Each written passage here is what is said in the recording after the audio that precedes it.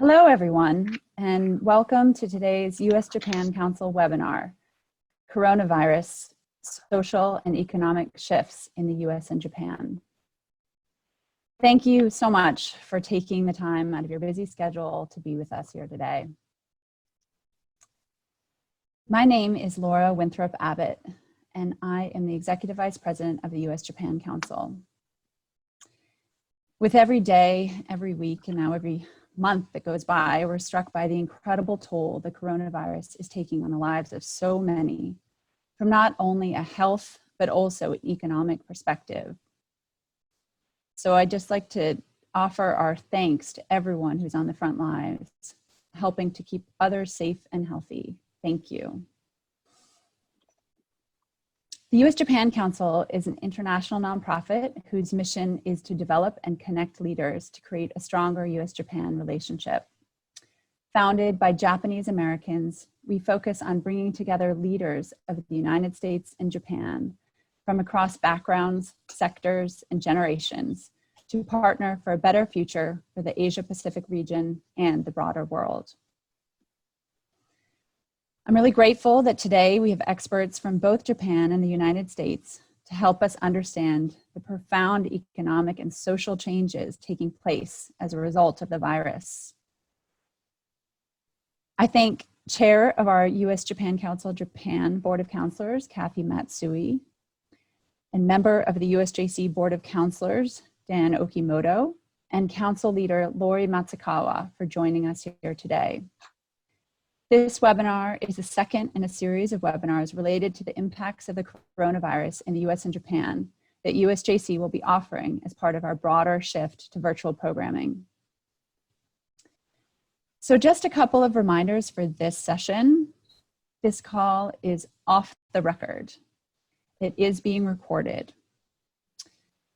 As a participant, you're automatically on mute and your camera is off. If you would like to ask a question, please do so as you think of your question by typing it into the Q&A section on the Zoom screen. Your questions can only be seen by the panelists, not by all participants. The moderator will get to as many questions as possible, but may not be able to ask all of them. When you post your questions into the Q&A box, you may choose to do so anonymously or with your name attached.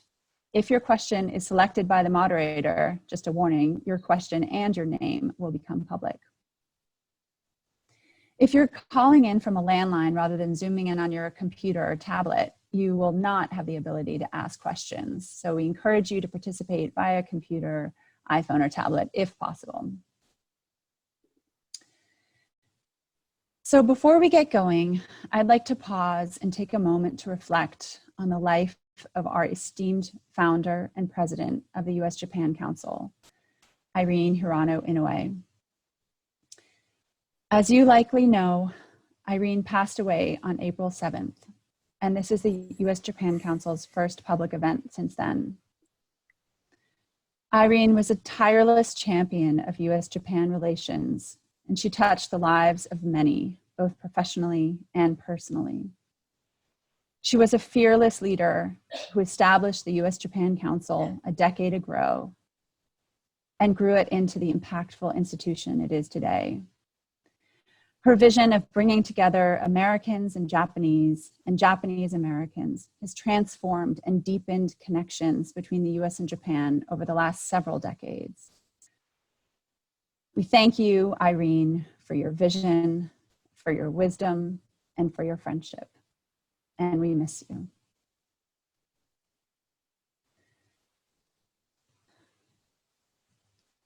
For those of you who had the opportunity to know her, you would know that Irene would want the work of the U.S. Japan Council to carry forward. So with that in mind, we're pleased to have Lori Matsukawa with us to moderate our discussion on the social and economic impact of the coronavirus in the U.S. and Japan. Lori Matsukawa is a council leader and an alumna of the Japanese American Leadership Delegation. She is an Emmy Award-winning broadcast journalist and a former news anchor at King TV in Seattle. We're tremendously grateful to Lori for moderating today's discussion. So Lori, with no further ado, I turn it over to you. Thank you.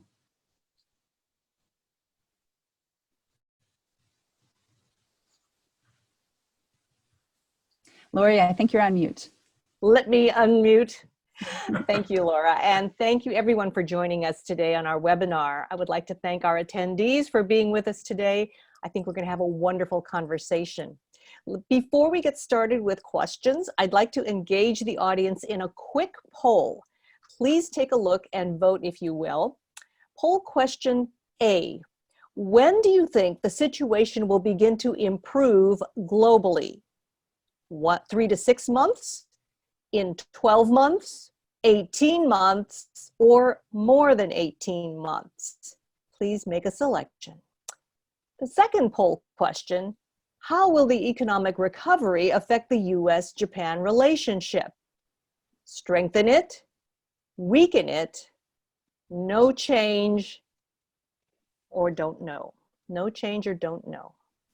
Please make your selection and submit it. One of the things that we have noticed is that there are so many people who are interested in what is going to happen forward, and yet no one seems to really know. There is a lot of information that we don't have, a lot of data we don't have. And so it's important to have these conversations ongoing so that we can figure out exactly what we will be expecting to see in our future. We have some 304 participants joining us right now. Here are what you responded on the poll. When do you think the situation will begin to improve globally? 26% said in 3 to 6 months. 45% of you said 12 months.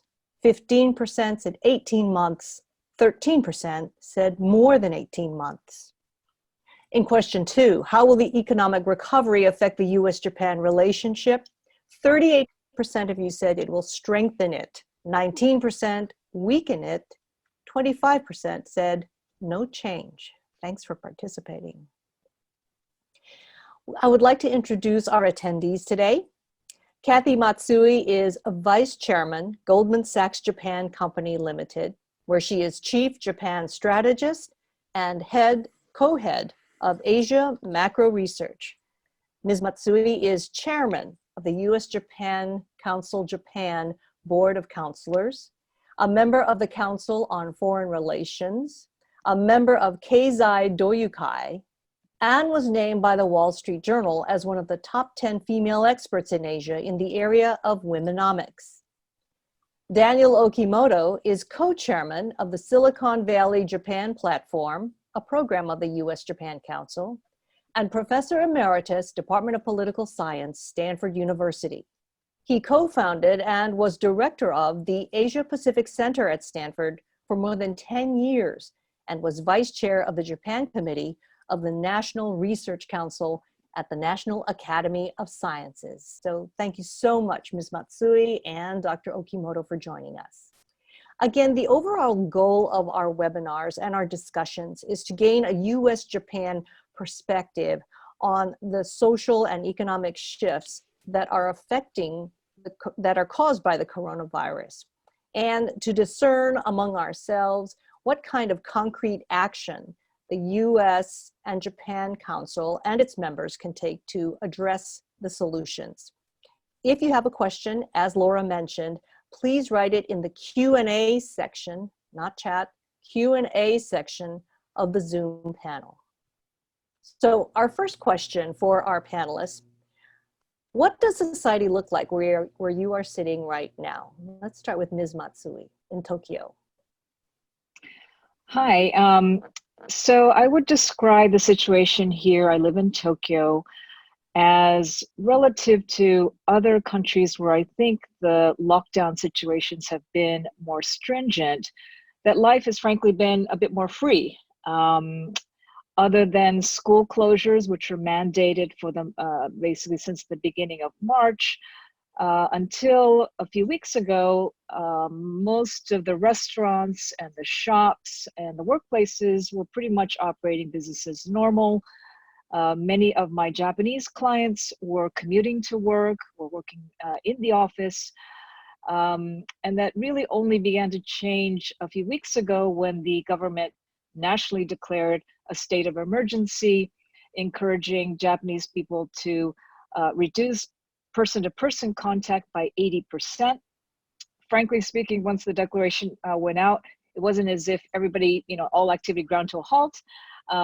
People were still actually commuting to work. A lot of shops and restaurants had closed, but restaurants, for example, were still doing takeout. And only in the last, I would say, 2 weeks or so, we've noticed a significant decline, for example, in overall sort of mobility. So if you look at the statistics, like train ridership is down, like on subways, I think about 60% from their normal levels. So it has been recent, but we've finally started to see a gradual, decline in the overall kind of movement of people outside. So I'd say, again, relative to other countries where we'd see much more severe situations and lockdowns, Japan has just felt a little bit more free. And I think the government, as many of you know, can't legally enforce these so-called lockdowns. What they're doing is relying on voluntary compliance. And they're hoping that people follow those instructions. Okay, thank you. Dr. Okimoto, where does it look like it's going where you are? Never before in American history has this country experienced a foreign invasion as swift and as lethal as COVID-19. In a matter of 3 months, it landed onshore in the US. It has now infected 1 million Americans. 56,000 have died. Every day, 2,000 are dying. It is massive, and there is no end in sight.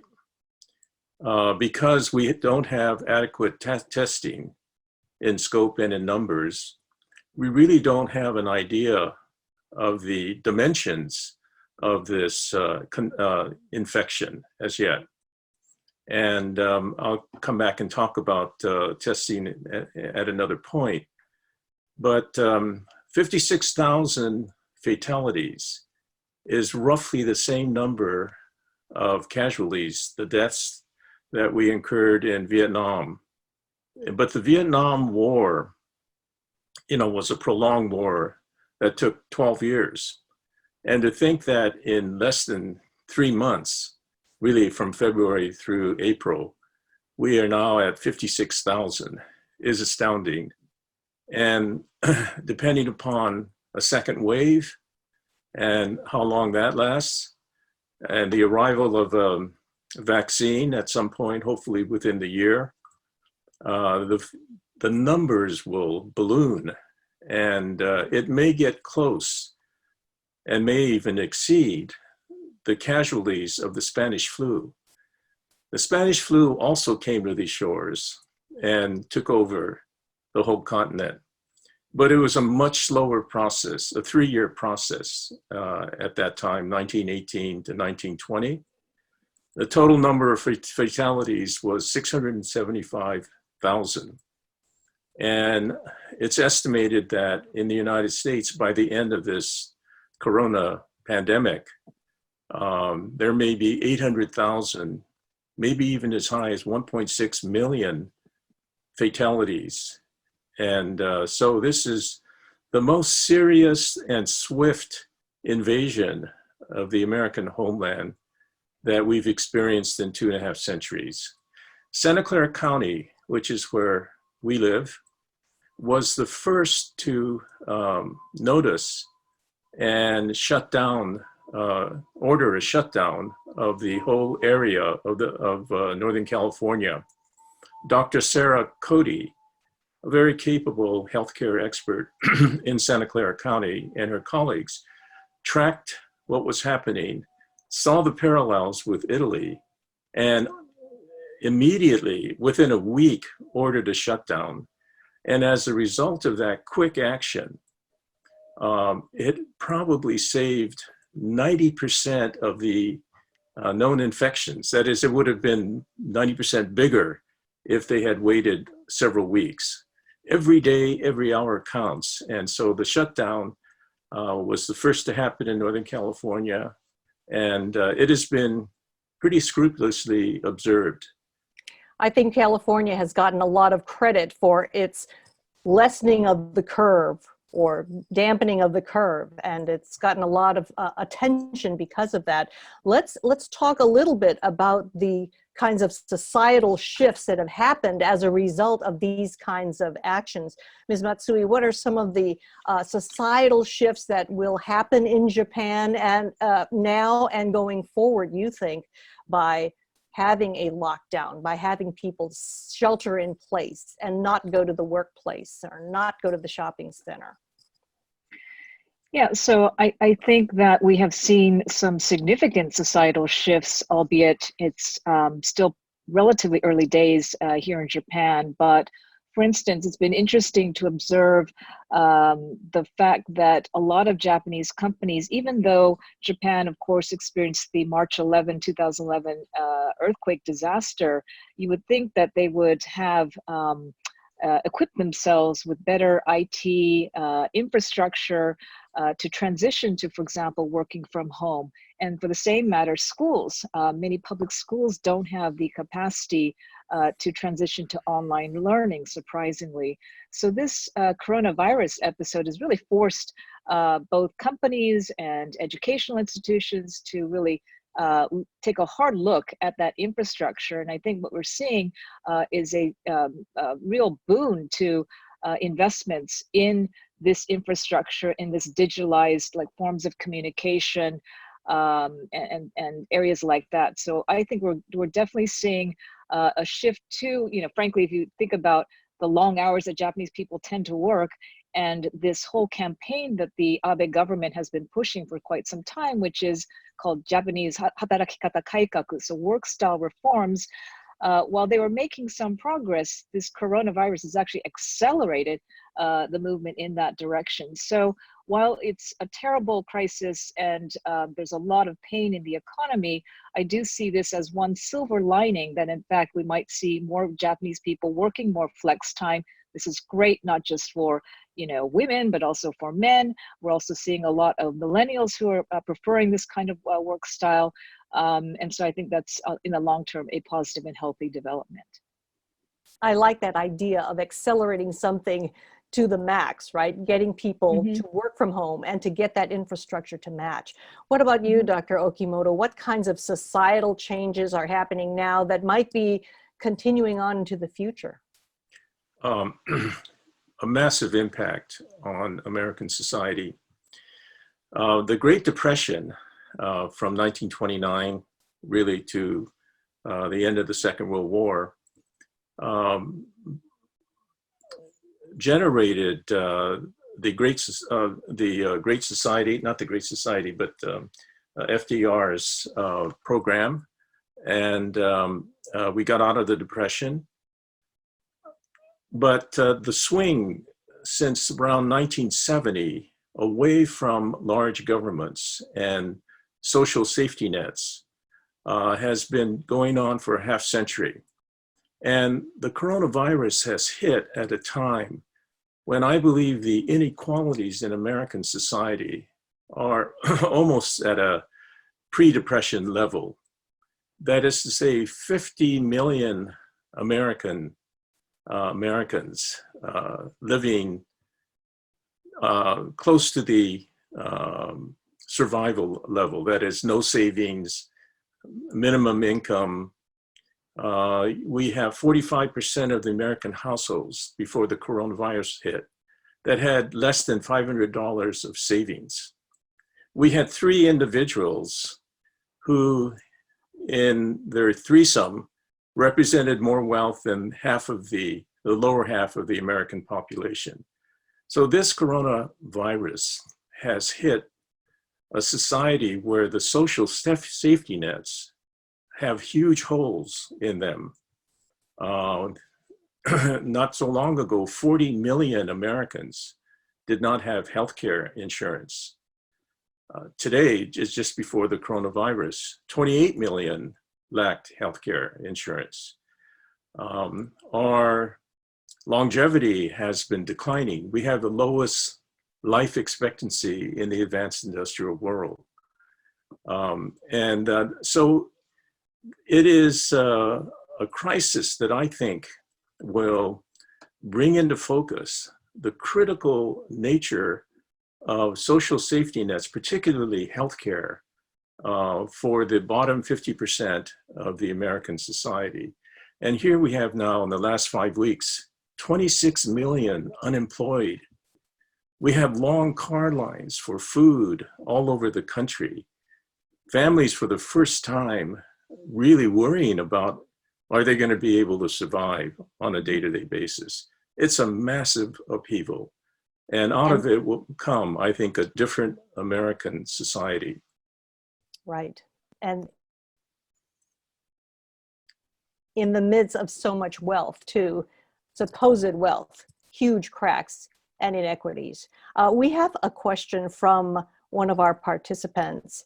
Mark is asking, why is it that Japan has thus far been able to sidestep the societal lockdowns that the US and a number of other countries have been doing? Why is Japan taking such tentative steps in some prefectures? Kathy. So that has been a question that's been discussed often here in Japan society. I think one reason is that, for example, the level of testing, like Dan mentioned, for the United States has been even lower, I believe, here in Japan. Although one of the reasons for that, I've been told, is that based on the original medical guidelines, if you test positive for COVID-19 here, you automatically had to be admitted to a hospital. In other words, you had to take up a bed in the infectious disease ward. In Tokyo, for instance, there are only 100 of such beds in all of Tokyo, a population of 14 million plus people. And so to quote, manage that curve, so to speak, it was going to be very difficult to be widely tested, and even people who were mildly or asymptomatic for COVID-19 were going to be taking up a hospital bed.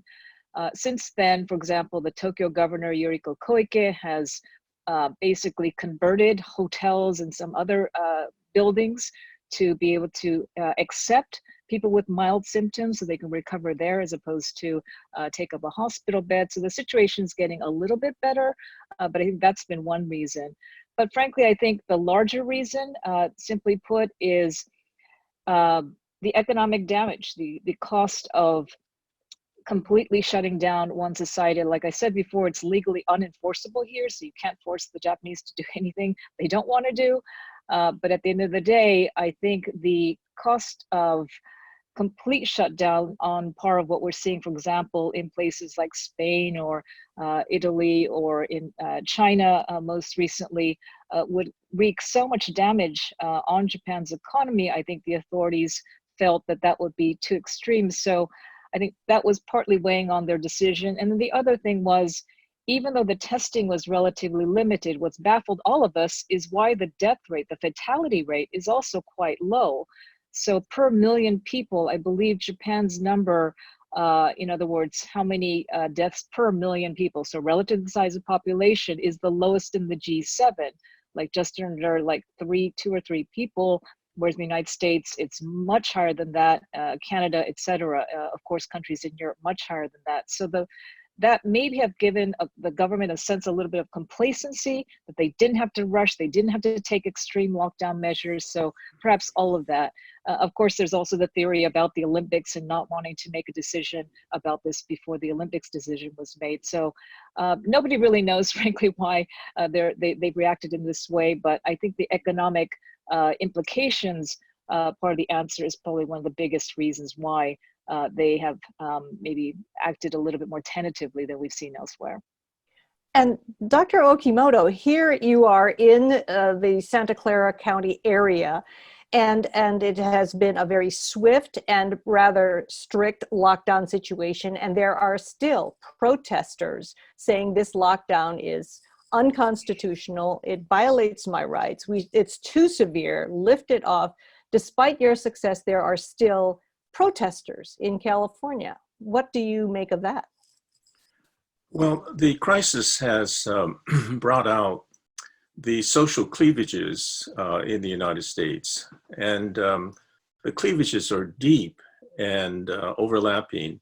They're geographic, they're political, obviously, ideological, they're religious, they're gender, they're racial and ethnic. And this split between, say, the conservatives and the liberals or progressives is, I think, reflected in the protest movement. That is to say, public opinion polls suggest that Democrats believe this to be a really historic crisis. And they're all in favor of conservative social distancing and sheltering in place. A number of, and they're all, many of them concentrated in big cities and metropolitan areas. Whereas those that are opposed to social distancing and sheltering tend to be Republicans who are living in suburban or rural areas where the ideology of a government suppression of human rights is anathema to them. And of course, layered into this is also the concern about getting back to work and getting the economy back on its feet, economic security, if you will. So there is a complex interplay of forces at work.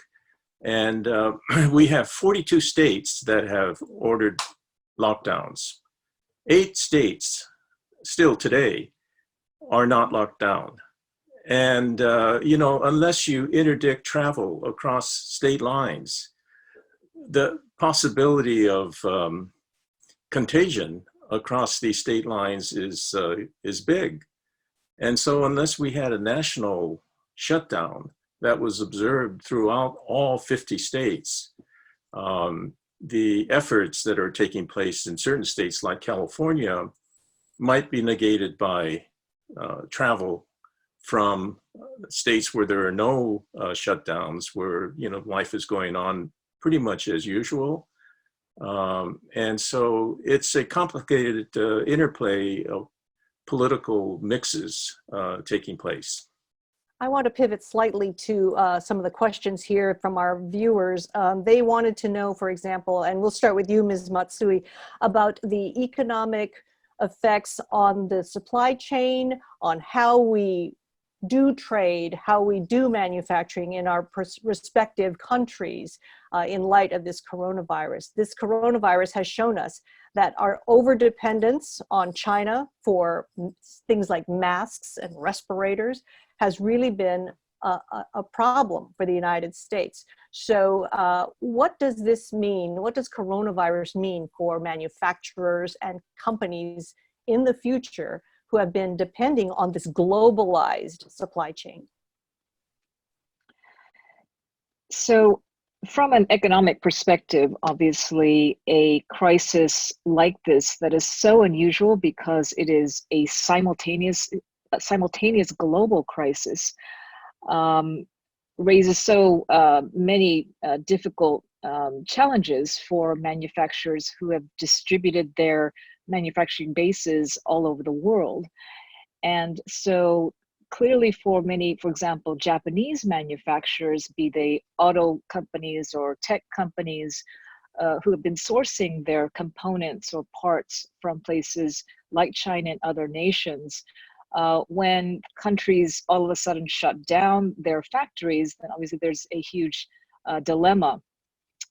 So I think that you're going to be seeing more countries reassess the mapping of those supply chains, trying to avoid having too many sort of so-called beans in one bucket, and hopefully allowing for, you know, kind of a better risk management process. So in the event that one country effectively shuts down or that supply is stopped, that they can find alternative sources. Having said this, though, if we think about the last, 50 plus years of economic history, there is a reason why parts are not sourced domestically in most every developed economy, and that is the law of comparative advantage. The reason why Japan doesn't produce these parts is because it makes no economic sense to do so. It's not competitive in producing some of these parts. So this is not to say that everybody will bring production back home. I think that is totally unrealistic, even though I know some policymakers are talking about that. Even the Japanese government is going to subsidize apparently some Japanese companies to bring some of the production out of China back home here to Japan or elsewhere into Southeast Asia. Of course, some of that makes sense, but I think in the totality of the production process that we observe here from the Japanese standpoint, it is to me very unrealistic to think that everybody's going to bring everything back home and everybody's going to be happy, because there's no way that that's going to work economically. So I think to some degree that will happen. Some supply chain, management or reassessment will happen, but I don't think there'll be a wholesale shift. So Dan, in your capacity as co-chair of the Silicon Valley Partnership, you are in these kinds of discussions with companies, corporations about tech and trade and how that should be sourced and how that should be, manufactured. What, from your Silicon Valley perspective, do you think this coronavirus has meant in terms of changes to how they manufacture and how they distribute high-tech products? Before I answer that, I'd like to spend actually the bulk of this time talking about why I think the United States has been the least effective of the major countries in dealing with the coronavirus. And these are my own personal views, so please take them as not an official statement of any organization. I mentioned earlier that never before had the US been assaulted, invaded swiftly and as lethally as the coronavirus pandemic. I would also add that never before has the United States been as ill-prepared and as disorganized in handling of this crisis as the coronavirus pandemic. We had notification in January that this pernicious virus had occurred in China, and that it would be transmitted probably through international travel to the United States at some point. And the White House was alerted in early January. We had our first case in January, mid-January, of a known confirmation of coronavirus. And yet we missed January and February, and it was only in middle of March 17th, I believe it was, that the White House, that the president announced that there was a national emergency. We lost, in other words, 7 weeks, 2 months. And as Santa Clara County demonstrated, every day of a speedy reaction, almost every hour, saves lives.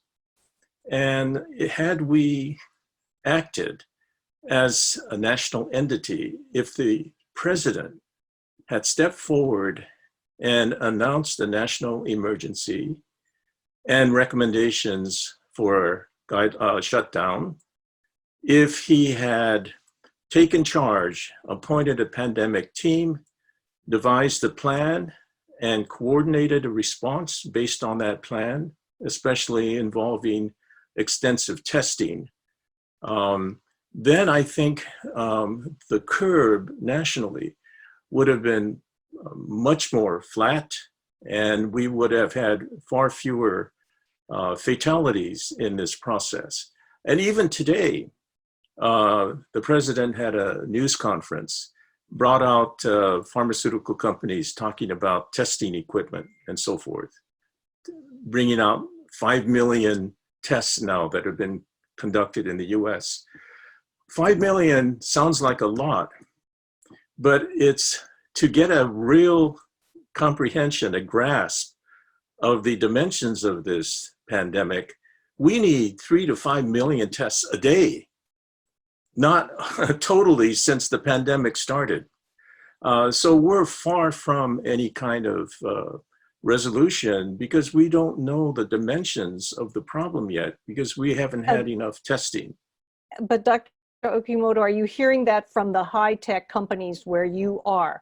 Are they Yes. concerned about having their parts and parts of their phones or high-tech equipment manufactured globally and having this lack of leadership here? Yes. Oh, they're very concerned about the uncertainty ahead. And many of the high-tech companies like Apple, which is very dependent on China for the manufacturing of its iPhone, have been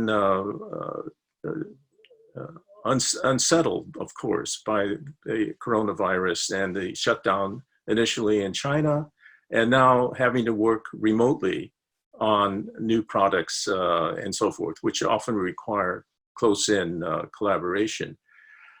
But they don't know what to do. They don't know what to do. So what they are all eager to get to is a point in time when they can begin to reopen the economy, to come back and to show up in smaller numbers in selective areas of their business, working as usual. And in order to do that, we need massive national testing. And we need to get on top of this problem as soon as possible. So right now we're in a situation, where the governors fortunately have stepped forward and are really the front lines of the battle, but they're not coordinated. They're all competing for test equipment. And the president has said, basically, you're on your own, every man for himself. So they're competing, bidding up the price of PPEs, and that is personal protective equipment, and tests. So this is really a disastrous situation, lasting much longer than really it should have. No doubt President Trump has had his fair share of criticism, and this is going to a question from one of our attendees, and I'm going to direct this to Ms. Matsui. Given some of the missteps others perceive in President Trump, do you observe people in Japan urging Prime Minister Abe to maybe distance himself from President Trump? He has been seen as a friend of the president, and now when the president of the United States is doing poorly in the view of some people in response to this virus, they're urging the Prime Minister to perhaps distance himself from President Trump. Do you see that? To be honest, I don't really observe that. Maybe I'm, missing some quotes, but I don't think that he has publicly stated anything along those lines. And look, at the end of the day, when we get past this crisis and we get to the other side, I think there's going to be a lot of discussion around the kind of strategic alliances that we see globally, and particularly here in Asia. And from my vantage point, I think that the Japanese government will continue to consider the United States of America as its foremost strategic and security alliance partner. And hopefully, we shall see, but hopefully this crisis will do more to bring the two sides and two economies and societies together as opposed to pull them apart. I'm not sure if Prime Minister Abe wants to distance himself from the United States, what benefits that would frankly have for him. His term is scheduled to end September of 2021. And so there's not a lot of runway, frankly, left in his term. And so I think he would like to ensure that once he does leave office, that he leaves this, probably the most important security alliance on the planet intact and as secure as possible, for the next leadership to take on. So, maybe again, I'm missing something, but I don't get the sense sitting here in Japan that there is an attempt to maybe distance, Japan from the United States at this point. So going to Dr. Okimoto, what about China? What about China? Here is Japan, here is the United States. huge, very long-lasting, very strong alliance, and there's China sitting there. Very much part of the economic strength of both US and Japan, but also, you know, causing some of our angst, causing some of our economic stress. What is the role of China going forward? In international relations theory, there is one hypothesis that has pretty much universal acceptance, and that is that the world is unstable when there is not a single dominant leader like the United States or Great Britain in the 19th century. And in fact, when the dominant leader is weakening and declining, that period, and there is a rising new power, in this case, China, that is the period of greatest international instability. That is the period in which wars often take place and power balances are realigned. And in this case, we have a world now after the coronavirus, which is in turmoil, and we are leaderless, basically. Neither the United States nor China has stepped forward to lead the world out of the wilderness of this pandemic. And my own sense of it is that the Japanese political leaders, with very good reason, want to have good relations with the American president. That's always been the case. And in the case of the Trump administration, there was a feeling that he and the Republicans were tough on China, tougher than the Democrats. And that appealed to them in the sense that, you know, China's their big new neighbor. They don't want to be coerced by China. And they were hoping that the United States would balance the Chinese rising power. But, and Trump has forced China to desist from certain practices on trade and property, intellectual property theft and so forth, which I think many Japanese applauded. The problem is that Trump's handling of this coronavirus and his evisceration of democratic institutions like government agencies, the intelligence agencies, and state governments now he's attacking, the media, and most of all his attack on the truth, on science and the truth, really place America in a vulnerable position, a position where we have lost a lot of our soft power in the world. And so we're in a world now, in my opinion, which is going to change dramatically. And many of the post-war institutions that our forefathers were wise enough to bring into existence after the end of the Pacific War, that institutional framework for the world on trade, on investment, on intellectual property, on national security, these have been weakened and are deteriorating, and our alliances are also deteriorating, so that the overall position of the United States, in my opinion, has greatly weakened. And if we don't really get a handle on this pandemic, it will weaken even further. So I see huge changes afoot on the international system, and especially in the developing countries. Imagine the carnage in these countries where teeming populations are huddled together with poor sanitation, not even water that they can drink. Imagine the virus hitting these populations. And so I think that the world is going to be in turbulence for the next 5 to 10 years at least. And out of this wreckage, who will emerge as the leader is not clear. pretty dire prediction. Thank you, Doctor. There have been many questions being submitted, and I just want to remind our viewers that please submit your questions in the Q&A section, not chat.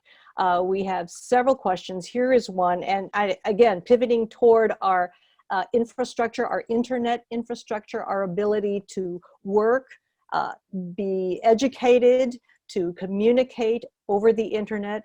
What is the status of the internet in your respective countries to deliver on a new world? It's obvious that we are going to be largely dependent on internet communication and education and commerce for many months, if not years to come. Kathy, what do you observe in Japan? Are you ready? Is Japan ready to deliver? Yeah, so like I mentioned earlier, I don't think it's a question of whether the internet is ready here. I think there's enough broadband infrastructure and all of that to cope with the capacity of increased internet usage. What I was referring to earlier is, I think the other infrastructure, whether it be networking, cloud investing, cybersecurity infrastructure, that area I think is still rather underdeveloped. And so, like I said earlier, where companies and educational institutions should have transitioned much more quickly to an online system, we have seen a much slower transition because I'm not exactly sure why. Maybe there wasn't enough capital and funds available to invest in those areas. But like I said earlier, I believe this crisis is going to turbo boost investment in that space. You mentioned online, for example, commerce. If we look at e-commerce penetration, it's interesting that despite, pretty robust internet, I guess, internet availability across the nation of Japan, e-commerce penetration, meaning percentage of total retail sales that is done online, in Japan, it's only 7%. In the United States, I believe it's 13%. In China, it's 23%. And South Korea, it's 31%. So very, simple conclusion out of this crisis we've observed so far is if you can't go shopping in the bricks and mortar stores, you're going to be doing a lot more consumption online. So that's sort of one example of that. So I am a real bull on investment in this space, and I think that is a huge opportunity for both the US and Japanese countries and companies to work together, to partner together, to build robust infrastructure to enable this digitalized form of communication to really operate and thrive across both nations. But particularly, I think here on the Japan side, there's a lot of room for growth.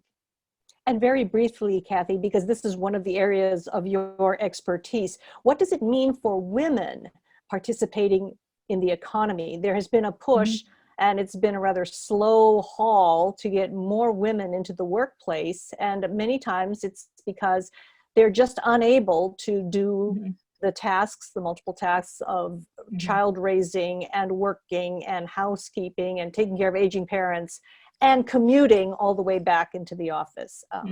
What might be the future for women? Yeah, so I'm actually optimistic because what is also interesting to observe during this crisis, and more recently, fathers, the men spending more time at home because they're beginning to work from home. I have many friends who have said their husbands have all of a sudden kind of light bulb moments. Oh my goodness, we didn't realize how much was involved with managing a household, with raising the children, with household tasks, with cooking and cleaning, etc. And so while this is not to imply that we're going to see a massive revolution tomorrow at home, I think we're going to see more of a burden sharing of responsibilities in the home. It may not end up with a 50-50 share necessarily, but I've always believed that unless there is better balance at home, it's impossible to achieve, quote, a better balance in the workplace. So while these are baby steps, perhaps, I do believe this building of what I call empathy within the home of what the mothers really have to take on in terms of these, endless lists of tasks and responsibilities that will hopefully lead to better diversity and inclusion in the workplace longer term. And no doubt, with what we just discussed on the topic of IT and digital infrastructure, that will enormously help boost that trend going forward as well. All right, we're kind of winding down close to the end of this webinar, and I wanted to give both our panelists the chance to respond to the big question here for all of us. What do you think are the positive steps we as the United States and Japan can do? What can the U.S. Japan Council do to help the countries survive and thrive through this coronavirus epidemic? Go ahead, Dr. Okimoto, your turn. Okay, so, what can we do? What can we do? Yeah, let me start with the big picture and I'll come down to the smaller picture. Big picture is that there are tremendous opportunities. As Kathy was just mentioning, Japan has been slow to capture the momentum of digital technology. Many companies have old architecture information backbones. And with this crisis, what's become clear is that they all need to go to the cloud. They need to be using the state-of-the-art information infrastructure. And the cloud provides that. It provides also cybersecurity in a way that I think is vital. So here's two areas for the US and Japan to collaborate. Japan is very strong in hardware architecture, in chips, for example, and to utilize that capability, which Japan really may be the only big country to possess. Taiwan has it and Germany has it to some extent, but Japan is at the head of the pack. With the software capabilities of Silicon Valley in the United States, to develop a cloud infrastructure architecture in this collaboration. That's what I really think will be the pathway for Japan and the United States and the world. And then as part of that, I believe that, the small and medium industries in Japan, which are the bulk of the companies and the labor force, they're suffering from the sort of parochialism, the closeness of their local markets. They need to be on a global platform. They have wonderful products. They have wonderful services that can be sold globally, but they don't have a platform. And to me, the way to rescue Japan's local economy is through the creation of an e-commerce platform for the small to medium companies in Japan. And again, America and Japan can work together to the creation of that platform. The USJC and what can we do as individuals? I think the work that the USJC is doing is vital. Person-to-person relationships, mobilization of young people through the Tomodachi program. That is really laying the foundation for a closer alignment for the United States and Japan in the post-corona period.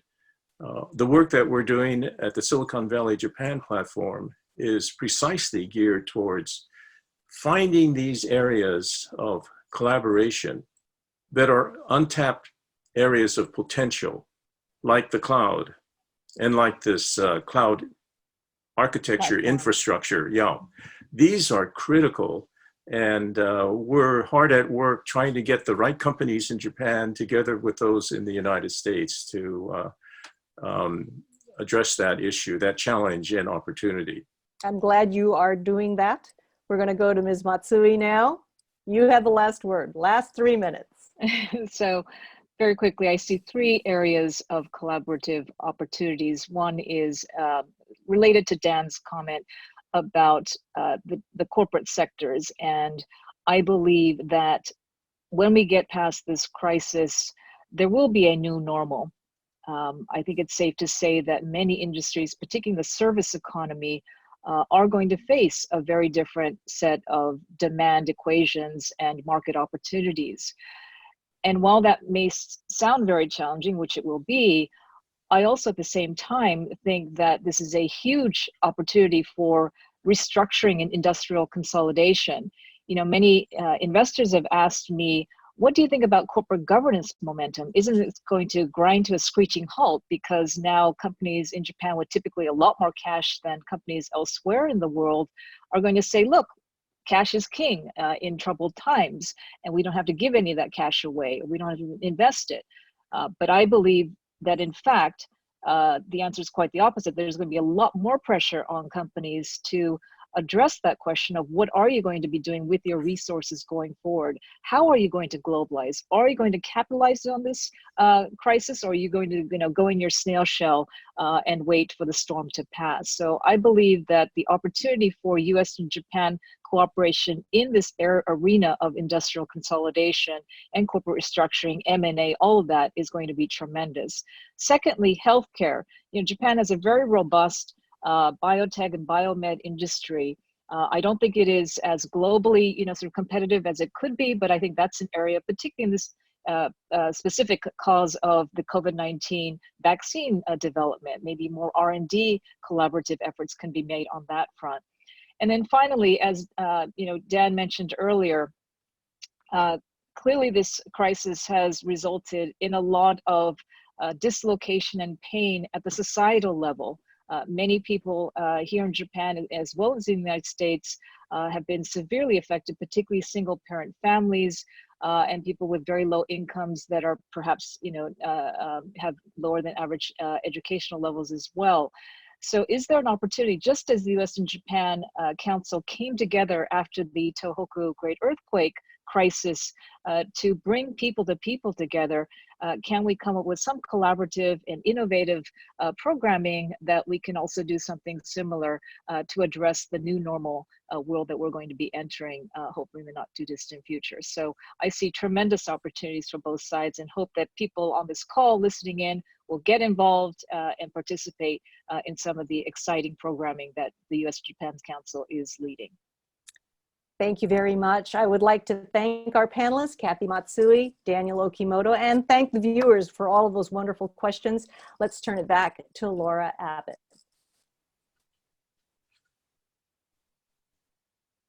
Thank you so much, Lori.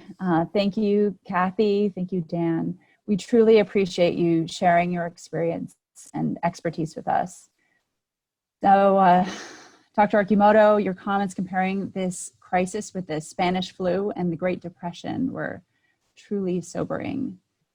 Kathy Matsui, thank you for your frank assessment of the economic challenges ahead and for also mentioning a couple of silver linings that we may be able to see out of this crisis, including work style reforms, as well as closer ties between the US and Japan.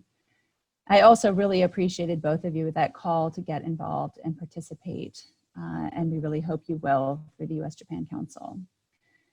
So on behalf of the U.S. Japan Council, thank you for participating in today's webinar. Our next webinar will take place at 6 p.m. Eastern on Tuesday, May 12th, where we're going to be exploring a very different topic. It's entitled Health and Wellness While Sheltering In with celebrity chef and best-selling author Candice Kumai. Registration will be available shortly. And we'll also hold a discussion on the restaurant industry and culinary connections featuring chefs Ivan Orkin and Mark Noguchi at a later date, so please stay tuned. So I'd like to thank our sponsors for that upcoming food series, Gondo Company, King's Hawaiian, Ito-En, and Sun Noodle. Please visit our website for updates about future virtual programming. Once this webinar concludes, you'll be redirected to a feedback survey, and we'll also send you a follow-up email including the same survey. We'd love to hear your thoughts so that we can continue to offer programming that is relevant to you.